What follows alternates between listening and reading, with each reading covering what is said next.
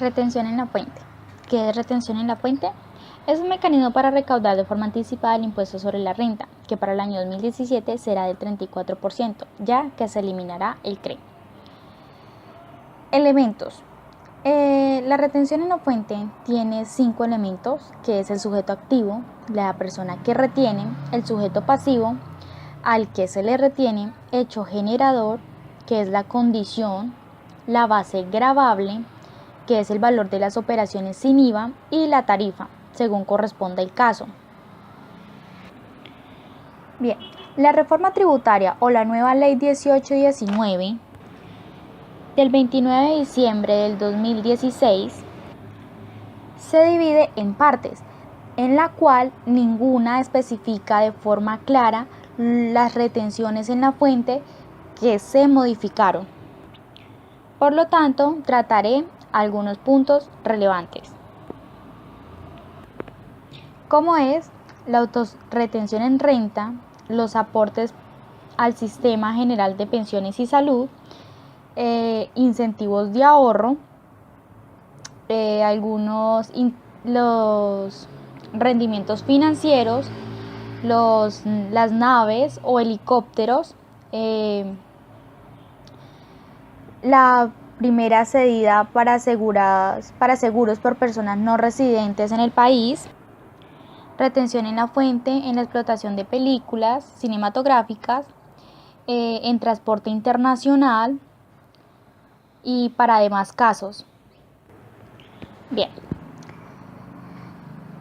con la ley 1819 en su artículo 376 se eliminó el impuesto del CRE sobre la renta para la equidad.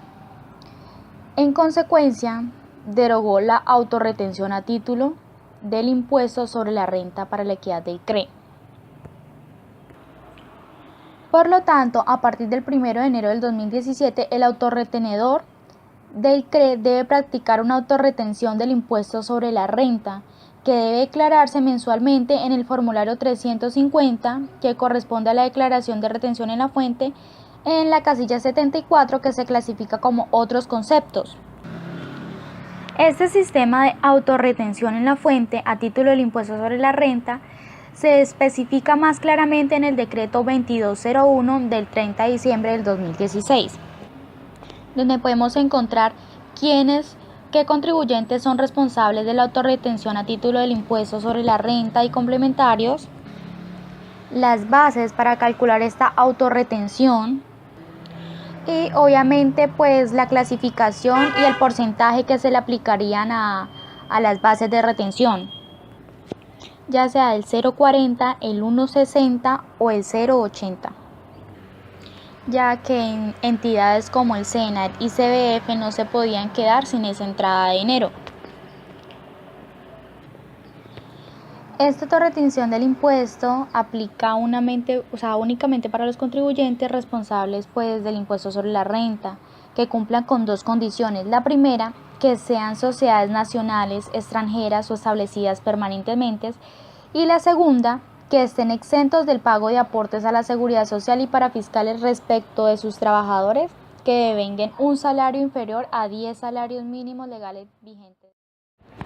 Bien, como siguiente punto tenemos el aporte al Sistema General de Pensiones y Salud, donde, como bien saben, los aportes obligatorios a salud eran una deducción y los aportes obligatorios a pensión eran una renta exenta, mientras que ahora con la reforma unos y otros son ingresos no constitutivos de renta ni ganancia ocasional,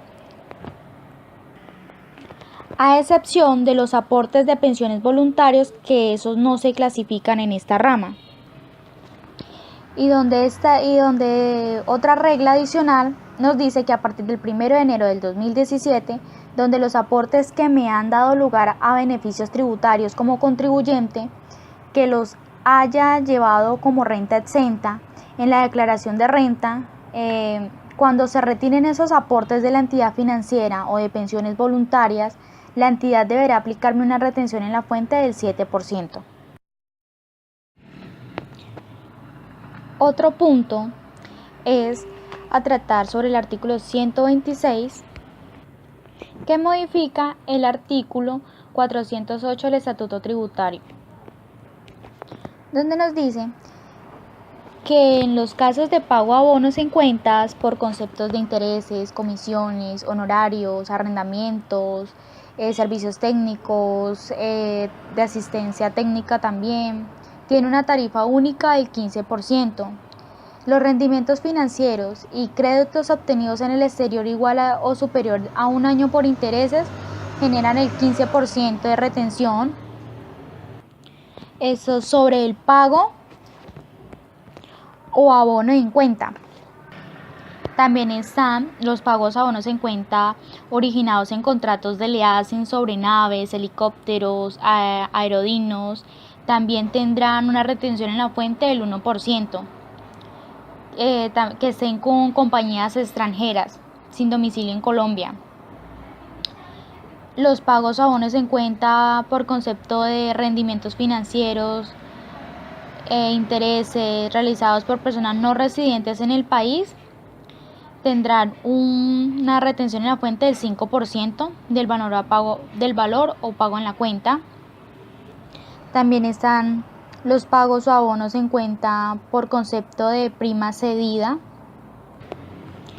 que son las primas que corresponden a la parte directa o aceptada que las compañías traspasan al reasegurador a través de contratos de reaseguramientos proporcionales, donde no incluyen el costo de los seguros de exceso de pérdida. También podemos encontrar en el artículo 127 la retención en la fuente por explotación de películas cinematográficas, en las cuales estas tendrán una retención del 15% sobre el valor bruto del pago o abono en cuenta.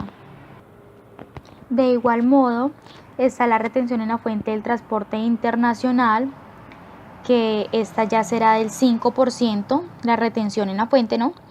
Sobre pagos o abonos en cuenta prestados por empresas de transporte aéreo o marítimo sin domicilio en el país. El artículo 129 modifica el artículo 415 del Estatuto Tributario, que es la tarifa de retención para los demás casos, que será del 15% sobre el valor bruto del respectivo pago o abono en cuenta.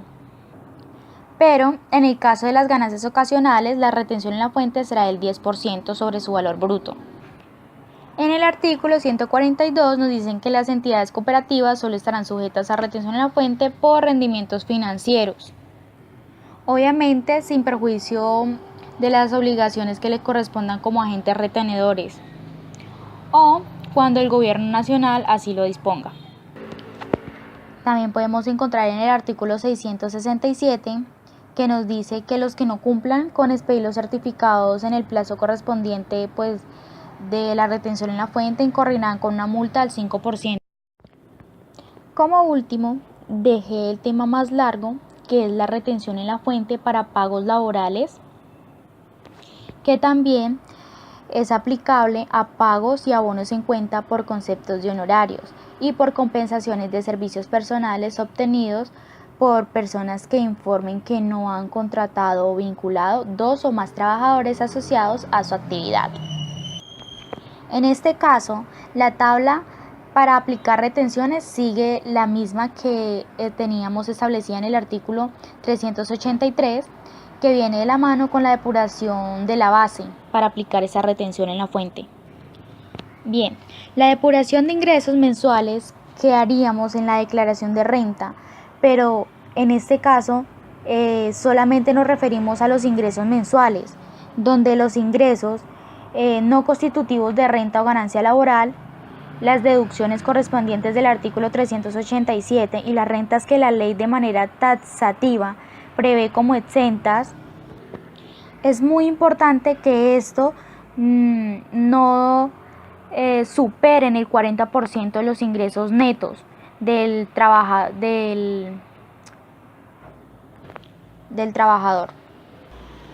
Otro punto de este caso es que hay que tener también en cuenta la exención prevista en el numeral 10 del artículo 206 del Estatuto Tributario, donde nos dice que el 25% de los ingresos son renta exenta de los ingresos laborales, en el cual también aplicamos para personas independientes que no tengan vinculado 2 o más trabajadores con su actividad.